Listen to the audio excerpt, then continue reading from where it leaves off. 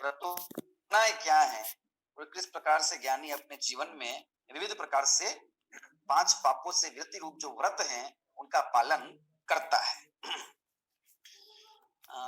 5 व्रतों की भावनाएं क्या है इसकी चर्चा हुई। फिर 5 पाप क्या है, उनके लक्षण क्या है, तो पिछले 5 सूत्रों में उनकी चर्चा हुई। और अब इन 5 पापों के त्याग करने से, चाहे वो एक देश त्याग हो या सकल देश सर्वदेश त्याग हो, यह जीव व्रत धारण करने वाला कहलाता है, व्रती कहलाता है।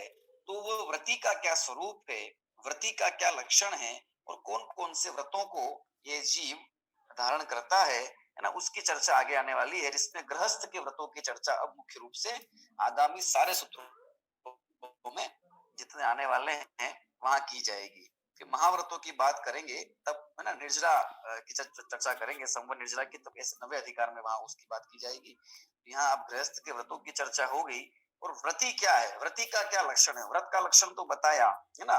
और जिन 5 पापों से विरति का नाम व्रत है, उन 5 पापों का भी लक्षण बताया। अब व्रती का क्या लक्षण है जो व्रतों से संयुक्त है, तो उसको उसका लक्षण आगे बताते हैं। और फिर उसके आधार से आगे का जो विषय है, आगे संपूर्ण अध्याय है, उसका फिर विस्तार करते हैं। आइए अपन चलते हैं और व्रती के लक्षण को आगामी सूत्र के माध्यम से समझते हैं।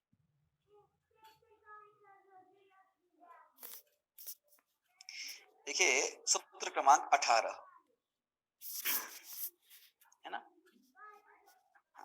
5 पापों की चर्चा के बाद में सूत्र क्रमांक 18 है।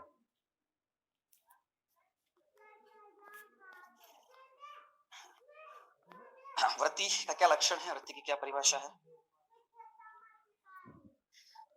सूत्र 18 सूत्र पाठ, निश्शल्यो व्रती। पुनः सूत्र पाठ, निश्शल्यो व्रती, निश्शल्यो व्रती। सूत्र विच्छेद देखिए, निश्शल्यः, निश्शल्यः व्रती। जो व्रती है वो कैसा है, निश्शल्य है, शल्य से रहित होता है। शल्य से रहित जो है वो व्रती है। ठीक है, सूत्र देखिए, जो शल्य रहित है वह व्रती है। ठीक है, तो शल्य क्या है उसको अपन को समझना है। जो व्रतों से युक्त है वह व्रती है ना। जो 5 पापों से विरत है, पूर्ण रूप से अथवा आंशिक रूप से, वो व्रती है। यानी कि जो 5 पापों से विरत है ना, वो शल्य से रहित होता ही है। और जो शल्य से रहित है, जो जीव शल्य से रहित है ना, वह व्रत धारण करता है। तो व्रती को निश्चल्य होना आवश्यक है ना। और शल्य मतलब क्या है, शल्य का, तो शल्य शब्द का मतलब होता है कि जो पीड़ाकारी हो, श्रीणाति हिनस्ति इति शल्यम, है ना। जो इस जीव को तकलीफ दे, पीड़ा दे, निरंतर पीड़ा दे, उसको शल्य कहते हैं। जैसे कि कांटा अगर हमको चुभ जाए कहीं पर शरीर में, है ना, तो वो कांटा निरंतर, वो जो शूल है वो निरंतर क्या करता है, पीड़ा पहुंचाता रहता है, तो उसको शल्य कहा जाता है। ठीक है, तो इसी प्रकार से ऐसे भाव जो आत्मा में कांटे की तरह चुभे, आत्मा को तकलीफ पहुंचाते हो, कांटे की तरह चुभने वाले जो भाव है, उसका नाम है शल्य। यहाँ पर क्योंकि है ना, यहाँ पर आत्मा संबंधी चर्चा है, 5 पापों से विरति भावों के स्तर पर है। ठीक है, तो आत्मिक भावों को चुभने वाले परिणाम, ठीक है ना, जो आत्मा को पीड़ा पहुंचाए ऐसी जो परिणति है उसको शल्य कहा जाता है। वो व्रती जो है वो शल्य से रहित होता है। ठीक है, यहाँ कहाँ कथन किया गया है, देखिए 3 प्रकार से शल्य की चर्चा की जाती है। यानी कि 3 प्रकार के ऐसे विशिष्ट परिणाम हैं, है ना, जो जिसको शल्य की उपमा दी गई है, शल्य की जिसको कहा गया है। तो जीव को उनके रहते हुए कभी वह व्रतों को धारण नहीं कर सकता। वो व्रती अगर वो है तो वो उन 3 प्रकार के भावों से रहित ही होता है। ठीक है, कौन कौन सी ये 3 शल्य, मिथ्या, माया और निदान। ठीक है, मिथ्यात्व, माया और निदान, ये 3 शल्य है जो इस जीव को, आत्मा को कांटे की तरह चुभती है, उसे व्रत धारण करने में बाधा उत्पन्न करने वाली है। क्या है? सबसे पहला तो मिथ्यात्व, मिथ्या दर्शन, ठीक है।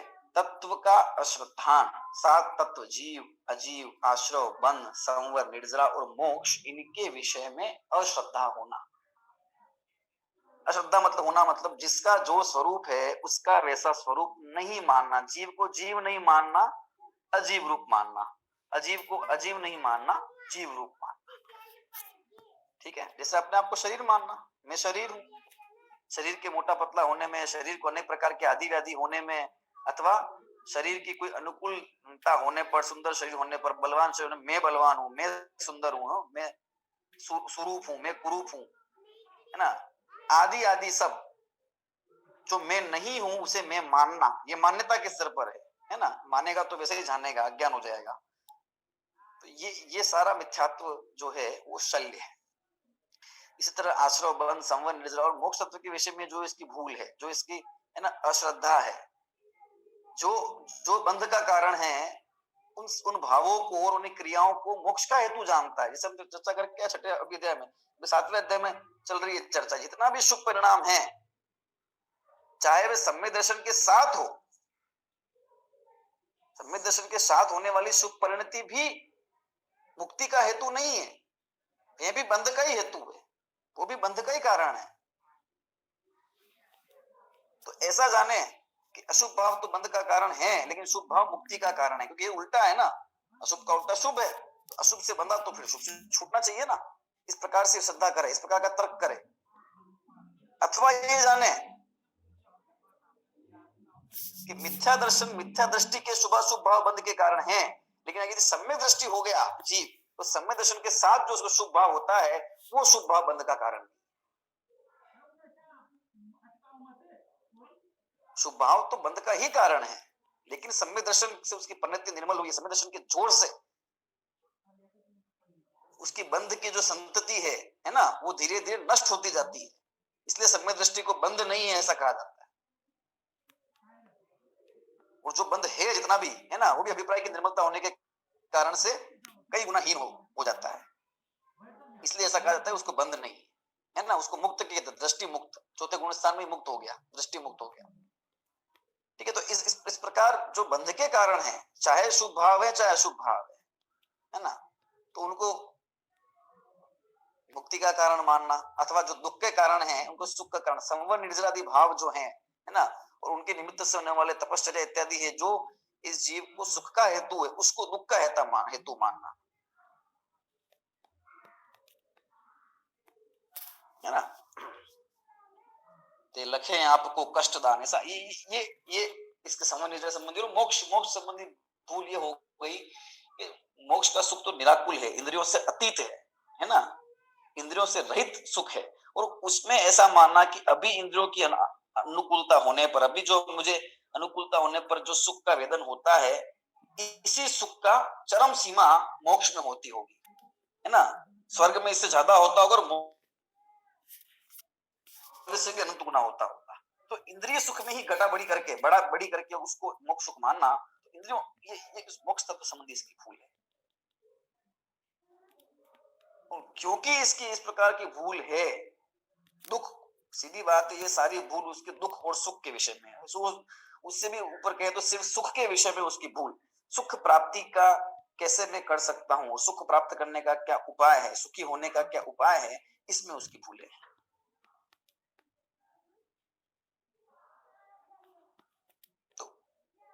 इस कारण से वो प्रारंभिक जीव अजित संबंधी भूल से हो जाता है ना।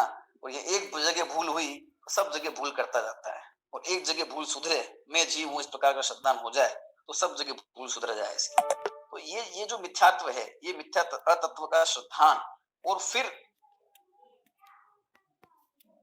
मूल में ये मिथ्यात्व मौजूद है, तत्व का श्रद्धान, मैं शरीर हूं, इस प्रकार की श्रद्धा, मैं जीव नहीं हूं, जीव के अतिरिक्त अन्य अपने आप को मानता है, इस प्रकार की श्रद्धा, उसके फल रूप, उसके फल स्वरूप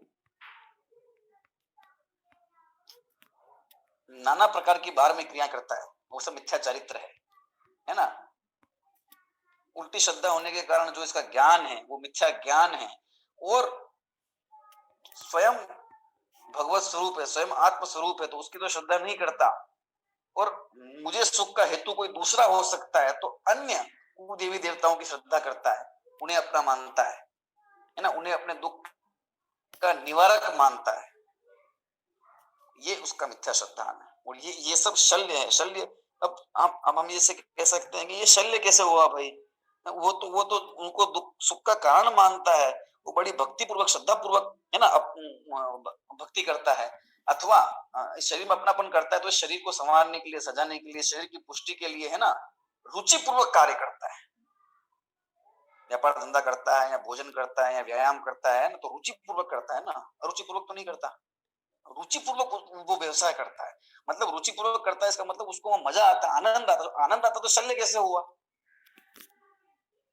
ना? रुचि पैदा हो रही तो फिर वो शल्य कैसे हुआ?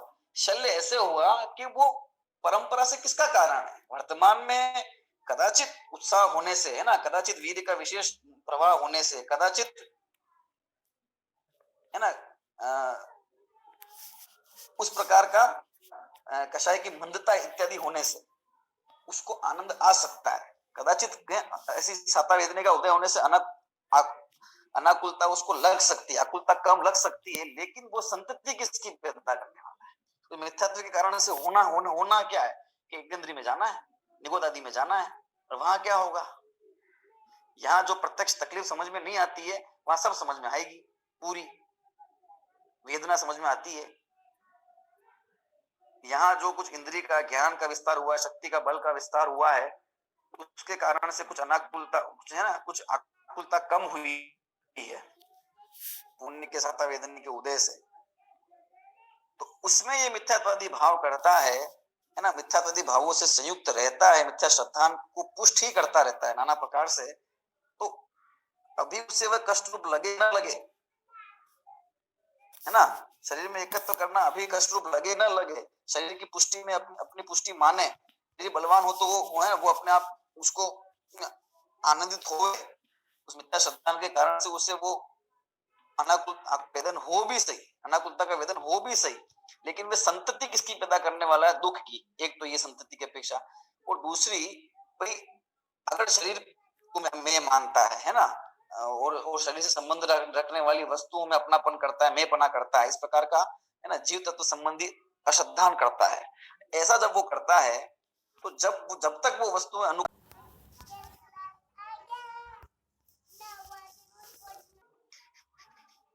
तो पीड़ा का हेतु क्या है? वो मिथ्या दर्शन, वो मान्यता कि ये मेरी है और मेरे करने से ये होता है, और जब प्रतिकूल प्रवर्तन होता है तो उसको पीड़ा होती है।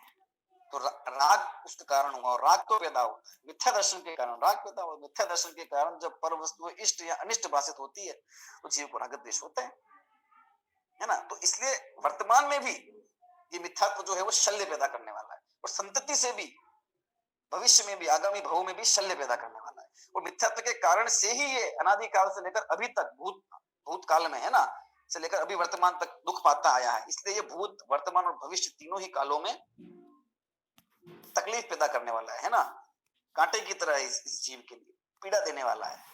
इसलिए मिथ्यात्व सबसे बड़ा शल्य है, और इसके गए बिना इस जीव के व्रत नहीं हो सकते, क्योंकि हिसाब लिखा है निशल्य व्रति। और जब शल्य का विस्तार किया तो टीका में आचार्य देव ने सीधा कहा मिथ्यात्व माया और निदान। तो मिथ्यात्व का नाश तो सबसे पहले हुआ, यानी कि मिथ्या दर्शन के साथ में तो व्रत हो ही नहीं सकते, मिथ्या दृष्टि के व्रत नहीं होते, इससे ये सिद्ध हो जाता है ना। ऐसा नहीं है कि व्रत हो गए, पहले हो गए फिर समय दर्शन बाद में हो जाएगा। समय दर्शन के साथ वो हैं तभी व्रत खेल रहे हैं, क्योंकि 5 पापों से विरति तभी होगी ना। पापों से विरति कैसे होगी? पाप का मूल मिथ्यात्व है, तो मिथ्यात्व से विरति होगी तभी तो पापों से विरति होगी, है ना। और मिथ्यात्व जाएगा तभी उसके साथ में ये चरित्र मोहनी कर्म जो है वो जाएगा। वो नहीं जाएगा तो चरित्र मोहनी पहले चला जाएगा, बाद में मिथ्यात्व जाएगा, ऐसा तो होता नहीं है ना। मिथ्यात्व जाता है फिर धीरे धीरे चरित्र मोहनी जाता है, ऐसा ही विधान है। ठीक है, तो बाहर में है ना कषायों की हमारी 5 इंद्रियों के विषयों की प्रवृत्ति कम हो, है ना, आकुलता का परिणाम कम हो, विरक्ति बढ़े, है ना, वैराग्य बढ़े बाहर में, उसके लिए यथा योग्य व्रतादि धारण करें तो करें, कोई दिक्कत नहीं है। लेकिन मान्यता में बराबर ये पता होना चाहिए कि ये जो है, ये भले ही व्रत में विषयों में प्रवृत्ति कम कर रहा हूं, इसको ऐसा समझो कि विषयों की प्रवृत्ति कम कर रहा हूं, अपने राग भाव को कम कम कर रहा हूं, लेकिन ये व्रत नहीं है। सच्चे व्रत तो तभी होंगे जब अंदर में समृद्धि की प्राप्ति होगी। ठीक है, तो सबसे पहले मिथ्यात्व नाम का शल्य ये मिटता है। नंबर 2 पे है माया। ठीक है, तो माया तो है ना ठगने की वृत्ति रखना, है ना, मन वचन काया से वक्रता पूर्वक जो परिणाम है, इस प्रकार का जो परिणाम है, ये मायाचार की प्रवृत्ति है। इसका मतलब ये है, सीधा अर्थ ये है कि जिसके हृदय में आर्जव का भाव नहीं है, सरलता का भाव नहीं है, वो व्रतों को धारण नहीं कर सकता है। मायाचारी व्रत को धारण नहीं कर सकता है। क्यों मायाचारी व्रतों को धारण क्यों नहीं कर सकता है? कि मायाचारी की जो प्रवृत्ति होती है, एक तो उसमें लोभ की प्रधानता होती है ना, दूसरा भय की भी प्रधानता होती है। मायाचारी व्यक्ति भयाकुल होता है और लोभाविष्ट होता है। अपने लोभ की पूर्ति के लिए, चाहे वो लोग वस्तु के प्रति हो या व्यक्ति के प्रति हो, उसकी पूर्ति के लिए वो क्या करता है ना, माया का सहारा लेता है, और निश्चित रूप से कमजोर भी होता है ना, कुछ कमजोर भी है मायाचारी व्यक्ति, क्योंकि जिस वस्तु की वो प्राप्ति करना चाहता है, जिस व्यक्ति की प्राप्ति करना चाहता है, उसे बलपूर्वक प्राप्त नहीं कर सकता, इसलिए छल पूर्वक प्राप्त करना चाहता है। जो बल से नहीं मिलता उसे छल से चाहता है ना। तो एक तो ये प्रवृत्ति हो गई। दूसरा भय, जितने भी ये त्रियंश हैं, इनमें माया कषाय की मुख्यता होती है। भयभीत है, निरंतर जो अपन से बड़ा है ना, जो बलशाली है, उन्हें मृत्यु का भय निरंतर बना रहता है। ठीक है, अथवा अपनी शुद्ध आदि शांत करने के लिए छल पूर्वक शिकार करते हैं अन्य जीव का। ठीक है, तो भय की प्रधानता, तो भयभीत जो व्यक्ति है, ठीक है, या लोभी, अत्यंत लोभी व्यक्ति जो है, वह व्रती नहीं हो सकता, क्योंकि व्रत जो है वो तो संतोषी प्रवृत्ति का नाम है, व्रत है ना, परिग्रह को कम करने का नाम है। ठीक है, और दूसरा, व्रती को स्वर्ग और मोक्ष का भी लोभ नहीं है। ठीक है, इसलिए इसलिए और दूसरा, वह जो है, व्रती जो है, वह शूरवीर की तरह प्रवर्तन करता है, भयभीत नहीं होता है। ठीक है, इसलिए माया, इसलिए वो है ना, रास्ता नहीं निकालेगा बीच का कोई भी व्रतों के पालन के लिए। बीच का रास्ता, ये मायाचारी है, व्रतों के पालन के लिए हम अपनी अनुकूलता के हिसाब से रास्ता निकालें, ये ठगी हो गई वहां पर। ये प्रत्यक्ष रूप से ठगी करना, किसी के पास जाके ठग लेना उसको, वो तो बहुत बार की बात है, पर रास्ता निकालना व्रतों के पालन के अंदर, कैसा रास्ता जो अपन को शास्त्र के अनुसार भले नहीं हो, लेकिन अपन को अनुकूल लगता हो, और उसको अपन शास्त्र की है ना बात से पुष्ट कर सके, तो ये सब मायाचार है। तो व्रती इस प्रकार की मायाचारी से रहित होता है, ये बात है। जैसा है वैसा दृढ़ता पूर्वक, निर्तिचार और बिना किसी लोभ के, है ना, अंदर में स्वर्ग और मोक्ष की चाह पड़ी हुई है ना, क्योंकि मोक्ष स्वरूप नहीं जानता है, तभी चाह है। तो अंदर में तो इंद्र के सुख वैभव प्राप्त करने की, है ना, और या फिर मेरा पाप, मेरी प्रतिकूलता खत्म हो जाए, मुझे अनुकूलता हो जाए किसी भी प्रकार से, या यश की प्राप्ति हो जाए, और इसके लिए व्रत को धारण करे, व्रत यश की प्राप्ति हो, इसके लिए तप को धारण करे। तो ये वक्रता हो गई कि बाहर में तो मौन बनना बैठा है, बाहर में तो जगत से दूर हट के बैठा हुआ है, वो अंदर में जगत का सहयोग चाहता है, जगत की वाहवाही चाहता है। ये मायाचार है, ये ठगपना है। ठीक है, तो इस प्रकार के माया से वो जो होता है, वो होता है माया शल्य है ना। शल्य इसलिए है कि मायाचारी को सदा ही बात का भय बना, माया भय पैदा करती है, छल कपट भय उत्पन्न करता है व्यक्ति के अंदर। क्या भय पैदा करता है कि अगर ये मेरी मायाचारी पकड़ी गई, अगर ये मेरा छल पकड़ा गया, तो मेरी दुर्दशा हो जाएगी। अथवा अंदर में इस भूल को जानता है कि ये मैं छल कपट कर रहा हूँ, गलत कर रहा हूँ, तो मैं गलत कर रहा हूँ, इस प्रकार का एक एहसास, एक भाव सदा शल्य की तरह चुपता रहता है। तो वृत्ति उससे रहित है, भयभीत नहीं है, मजबूत है ना। जैसा है वैसा दृढ़ता पूर्वक पालन करता है। ठीक है, वो कोई लोभ नहीं है, कोई चाह नहीं है उसको। और निदान है ना, इसे चाह की ही जो विस्तार है वो निदान में आ गया, समझ लीजिए लोभ वाले का। ठीक है, निदान, निदान मतलब क्या है, भोग है ना, भविष्य में भोगों की लालसा करना, ऐसा करने से ऐसा मिलेगा। पांच इंद्रिय के विषय भोगों की लालसा, इच्छा, ऐसा हो जाए, मैं ऐसा हो जाऊं, ऐसा हो जाए, ऐसा करूंगा तो ऐसा हो जाएगा, है ना, स्वर्ग मिल जाएगा, मोक्ष मिल जाएगा, अथवा सर्वत्र मेरा राज हो जाएगा, यश की प्राप्ति हो जाएगी। तो इस प्रकार के निदान एक शल्य है, निदान बंद करना, इस प्रकार के चाह रखना, तो वो शल्य है। शल्य है क्योंकि वो हमेशा एक प्रकार की इच्छा, एक प्रकार की कामना, वो जो भी क्रिया की जा रही है, चाहे वो किसी भी प्रकार के अनुव्रत का पालन किया जा रहा है, कोई भी है ना, व्रत, उपवास, दया, दान, भक्ति, कुछ भी किया जा रहा है, तो वो इसलिए किया जा रहा है, उसके मूल में वो बात बनी रहेगी कि ऐसा करने से मुझे ये मिलेगा, ये करने से मुझे ये मिलेगा, ये करने से मुझे ये मिलेगा, है ना, दूसरों का भला करूंगा तो मेरा भी भला होगा, जीव पे दया करूंगा तो मेरा यश होगा, है ना, मेरा मुझे अच्छी गति की प्राप्ति होगी, भगवान की भक्ति पूजा ये सब करूंगा तो क्या होगा, मेरे सारे दुख दर्द मिट जाएंगे, शारीरिक और मानसिक पीड़ाएं मिट जाएगी, और ये भव भी सुधर जाएगा, और अगला भव भी मेरा बढ़िया हो जाएगा। ये निदान, ये शल्य है। ये शल्य इसलिए है क्योंकि ये उसे निरंतर अंदर में वो बना रहता है, ये लोभ बना रहता है, एक प्रकार का, है ना। निष्काम भक्ति जो है वो निष्काम नहीं हो पाती, वे शुभ भाव जो है वे निष्काम नहीं हो पाते, वे निष्प्रयोजन नहीं हो पाते। मतलब उसमें एक कैसे संसार से विरक्त होकर और मैं अपनी है ना आत्मलीनता के नजदीक पहुंचूं, और कैसी जब बाहर में प्रवृत्ति है मेरी, तो वो पापाचार रूप नहीं होकर और वहां पाप का बंध नहीं हो, इस प्रकार का भाव नहीं होकर ऐसा करने से मुझे प्राप्ति, इस प्रकार से पालन फिर भी करता है, बराबर पालन करता है, बाहर देखने में मजबूती से करता है, लेकिन वो परिणाम अंदर ही अंदर वो निदान बंद होता रहता है, वो चुपता रहता है, उसको वो बना रहता है उसके लिए, उसके अंदर। तो वो जो भक्ति है उसकी पराकाष्ठा तक नहीं पहुंच पाता, निष्काम भक्ति नहीं कर पाता, है ना, दया का भाव निरपेक्ष रूप से नहीं कर पाता, स्वाध्याय, संयम, तप, कुछ भी, है ना, बिना चाह के नहीं कर पाता। इसलिए व्रति को ये नहीं होना चाहिए, तो अगर है तो वो व्रति नहीं है। तो इससे उल्टा अपन देखें तो व्रति क्या होगा, सम्यक दृष्टि होता है ना, मायाचार के परिणाम से वो रहित होता है, ठीक है, ठगने की प्रवृत्ति, है ना, अनर्गल प्रलाप करने की प्रवृत्ति, इस प्रकार का कार्य, और विषय भोगों की चाह से वो रहित होता है, विषयों की चाह नहीं है, भोगों की चाह नहीं है, भोगों की चाह के लिए नहीं करता है, विरक्त होता है, अनासक्त होता है ना, सरल होता है, सीधा, है ना, माया से बिल्कुल सरल और सीधी प्रवृत्ति है, अनासक्ति प्रवृत्ति है, वैरागी है और सम्यक दृष्टि है।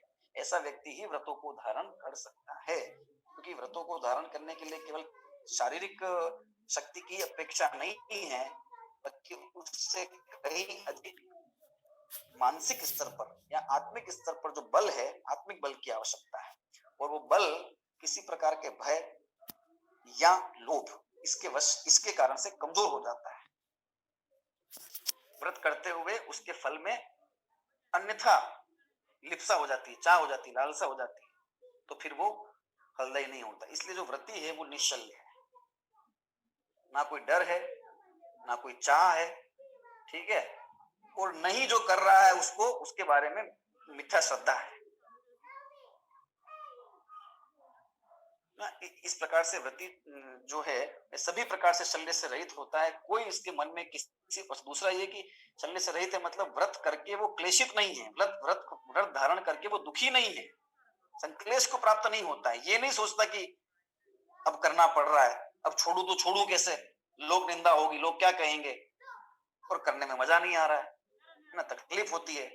ये रोज एक समय भोजन करना है, रोज चलना, गाड़ी में नहीं बैठ सकते, जिसने जैसा व्रत धारण किया उसके हिसाब से परिग्रह का परिमाण कर लिया, और अब परिग्रह इकट्ठा करने की इच्छा हो रही है, ब्रह्मचर्य व्रत ले लिया और अब विवाह करने का मन हो रहा है, घर परिग्रह बसाने की इच्छा हो रही है, रात्रि भुक्ति त्याग प्रतिमा ले ली, और अब रात को चलो अन्न नहीं खा सकते, कुछ और खा लो, फल खा लो, ये खा लो, अनेक प्रकार के खाद्य पदार्थ खाने की इच्छा हो रही है। और फिर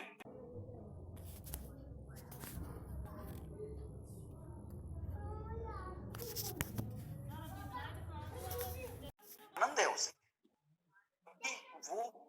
वो एक प्रकार के बंधन से मुक्त हो गया। अब तक काम नहीं चल रहा था ये सब किए बगैर, अब चल रहा है, तो उस प्रकार से वो तो मुक्त है, उसको आनंद है। तो निश्चल्य है व्रती, दुख नहीं है किसी बात का, खेद नहीं है किसी बात का, तकलीफ नहीं है किसी बात की। जीवन अत्यंत संयमित है, सीमित है, परिमित है, और आनंद अपरिमित है। क्यों? क्योंकि मिथ्या तो चला गया। अब तक ये माना था कि पर वस्तु के कारण से, है ना, स्त्री पुत्र मकान पर वस्तु के कारण से मुझे सुख मिलेगा।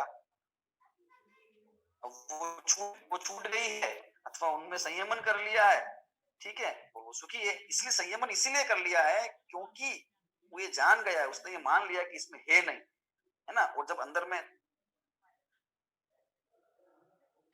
उजास आया, अंदर में शक्ति आई, है ना, चरित्र मौनी क्रम थोड़ा कम पड़ा, तो उसने तुरंत व्रत धारण कर लिए।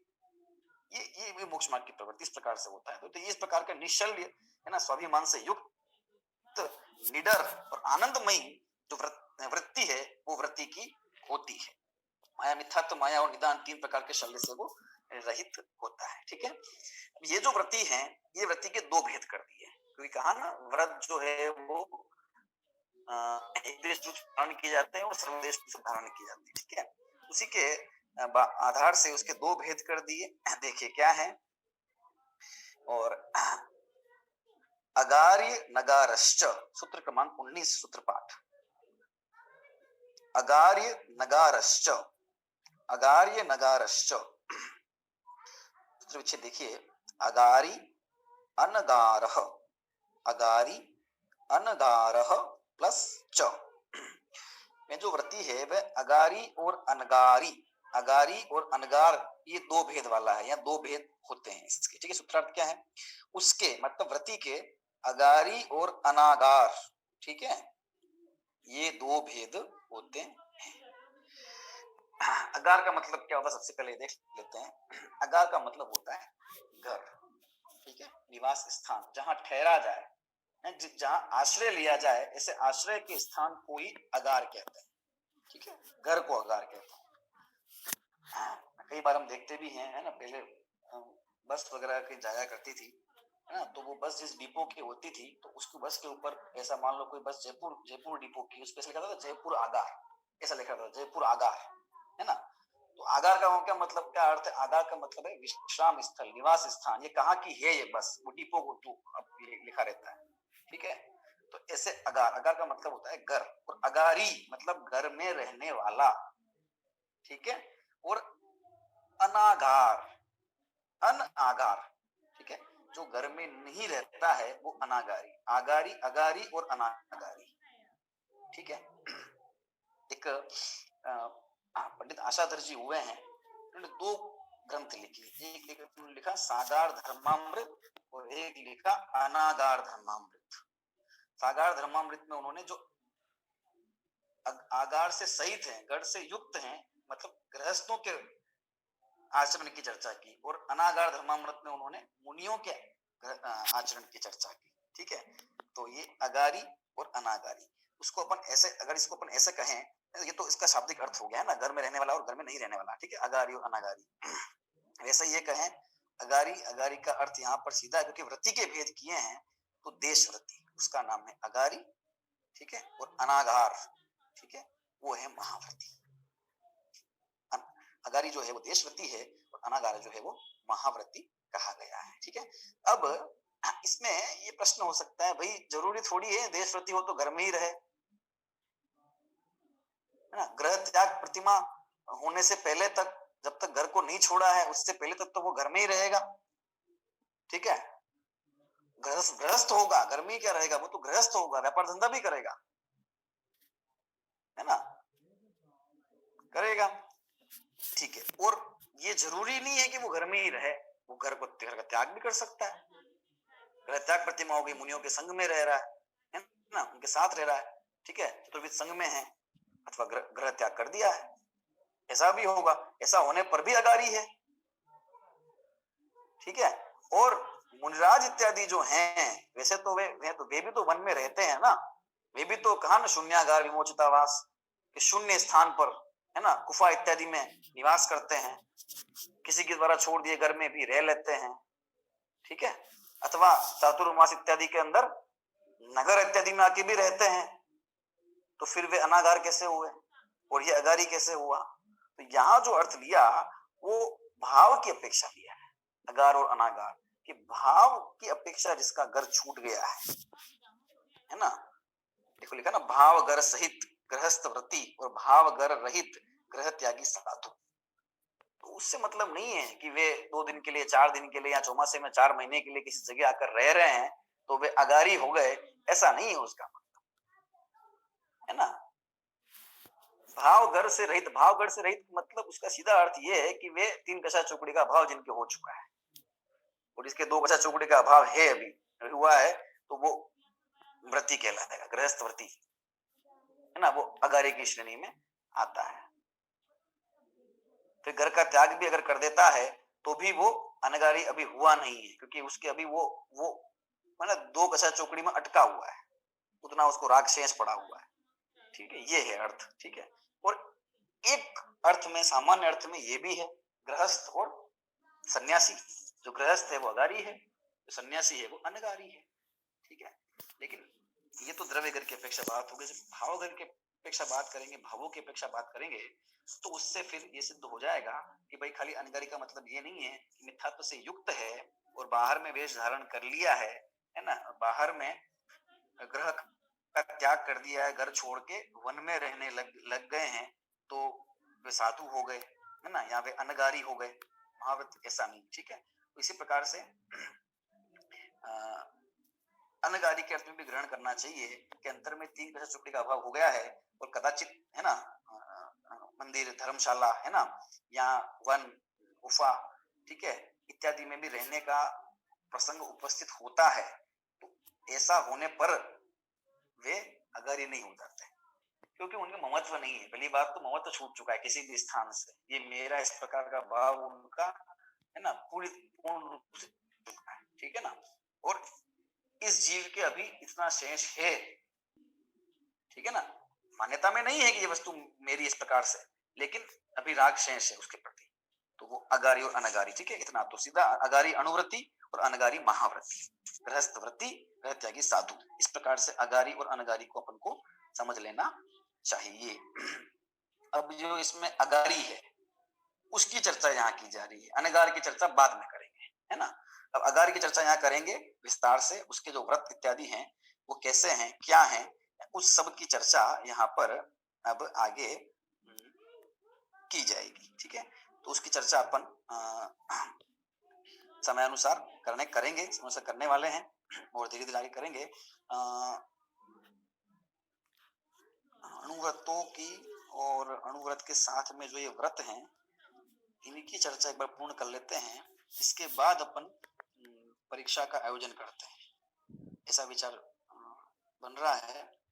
तो ऐसा करते हैं, सूत्र 19 तक हो चुका है, 20वां सूत्र और 21वां सूत्र, है ना, 20वां और 21वां यहाँ तक हो जाए, है ना, उसके बाद फिर अपन रिवीजन करके फिर परीक्षा का आयोजन करेंगे। तो अभी तक जो अपनी चर्चा है वो 19 सूत्र तक हुई है, और व्रती क्या है और व्रती के क्या भेद हैं ये अपन ने आज जाना है। अब व्रती किन किन व्रतों का पालन करता है, यहाँ पर अगारी व्रती की बात होगी, गृहस्थ व्रत की, गृहस्थ अणुव्रती जो है वो किस किस प्रकार के व्रतों का पालन करता है उसकी चर्चा होगी। 12 प्रकार के व्रत हमने सुने भी हैं, है ना, तो उन्हीं 12 प्रकार के व्रतों की चर्चा अब आगे आने वाली है, और फिर उन व्रतों के क्या क्या अतिचार हैं ये सब आगे धीरे धीरे क्रमशः आएगा। गृहस्थ की चर्चा है, हम सब भी गृहस्थ हैं, तो हम भी अपने जीवन में किस प्रकार से, है ना, ठीक है, समय दर्शन के साथ व्रत है या नहीं है वो बात की बात है, ठीक है, लेकिन 5 पापों का परिमाप उनको सीमित कर देना, है ना, उनमें विषय में प्रवृत्ति कम, ये तो प्रवृत्ति, है ना, एक भद्र श्रावक की होनी ही चाहिए। तो किस प्रकार से विषय सेवन में, है ना, नियमन और संयमन किया जा सकता है, तो ये चर्चा अब आगे आने वाली है, वो हम करेंगे। अभी का विषय यही पूर्ण करते हैं, प्रश्न कोई शंका हो तो अगली कक्षा